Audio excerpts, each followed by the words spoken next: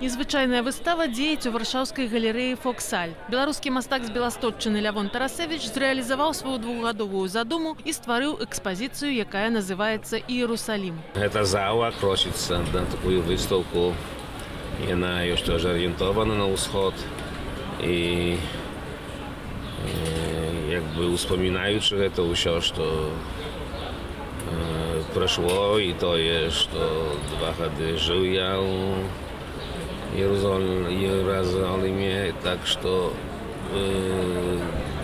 хочу гэтым як бы з людзьмі падзяліцца. Выставу «Іерусалім» складае прастора галерэі, запоўненая жоўтым святлом. Псіхолагі мяркуюць, што жоўты колер паспяхова прыцягвае ўвагу, але не сігналізуе пра беспасярэднюю небяспеку. У гледачоў жоўты асацыюецца з сонцам ды адпачынкам, але таксама і з жоўтую шасціканцовую зоркай, якую нацысты пазначалі габрэяў у час Другой сусветнай вайны.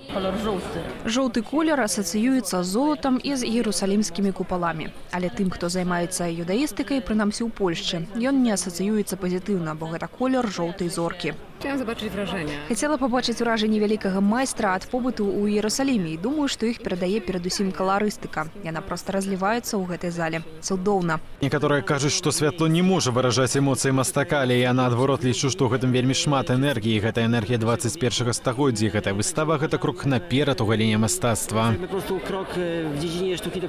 Лявон Тарасевіч адзін з самых знакамітых мастакоў у Польшчы, лаўрэат шэрагу польскіх і міжнародных узнагародаў, аўтар некалькіх дзесяткаў выставаў. Для сваіх інсталяцыяў мастак часта выкарыстоўвае публічную прастору, якую запаўняе не толькі колерам, але і святлом. «Іерусалім» у варшаўскай галерэі «Фоксаль» будзе дзеяць да канца жніўня.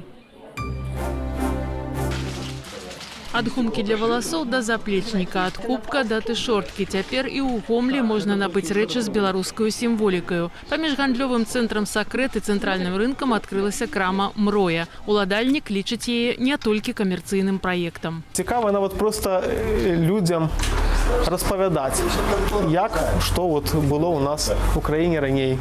Многія людзі прыходзяць нават не для таго, чтобы штосьці купіць, а проста як у музей. І я з задавальненнем ім распавядаю всялякія там гісторыі, факты цікавыя. Ідэя стварэння крамы тавараў з беларускай сімволікай нарадзілася яшчэ калі Дзяніс Мядзведзеў з Рэчыцы працаваў настаўнікам гісторыі. Зайшоў на сайт Сімбальбай, і мне вельмі спадабались рэчы, якія там прадаюцца. Я сабе замаўляў всякія дробязі там, магніцікі там, налепкі. І у мяне буде такая мета, штосьці адчыніць такое сваё. Менавіта Сімбаль Біуай галоўны партнёр крамы «Мроя». У будучыні ж Дзяніс плануе не толькі пашырыць асартымент, але і супрацоўнічаць з мясцовымі майстрамі. Гомель ужо 10-ты горад у Беларусі з гэткаю крамаю. Сярод абласных цэнтраў сваёй беларускай «Мроі» няма толькі ў Магілёве. Унікальную кружэлку прэзентавалі ў філіяле Веткаўскага музею народнай творчасці ў Гомлі. Дыск з серыі «Мужчынская традыцыя спеву» выйшаў у межах праекту «Традыцыя». Складаецца ён з запісаў аўтэнтычных ансамблевых і сольных мужчынскіх спеваў, сабраных пераважна ў палескіх вёсках вядомымі этнамузыколагамі ў 70-80-е гады мінулага стагоддзя. Гомельшчына і ўсходняе Палессе – гэта скарбніца тут знаходзіцца. Гэта, безумоўна, і знакаміты Сцепан Дубейка, гэта і Глушкавічы, гэта і Жыткавіцкі раён, дзе і на сённяшні момант ёсць спяваючыя мужчыны.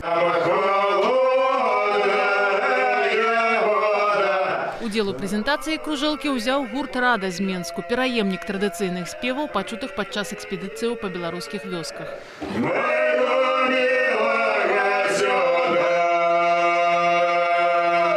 Мужчыны – гэта цалкам другая энергетыка. Мужчыны гэта не спеў, гэта распавяданне, гэта гаворка, гэта такая мужчынская энергія, такі мужчынскі кантакт адзін з адным. Праект «Традыцыя» заснаваны музыкам і этнографам Сержуком Доўгушавым. Мае на мэце развіццё ды папулярызацыю беларускай традыцыйнай музыкі. Акрамя выдання дыскаў, у межах праекту ладзяцца канцэрты аўтэнтычных гуртоў, майстар-класы, спеўныя сходы і этнаграфічныя экспедыцыі.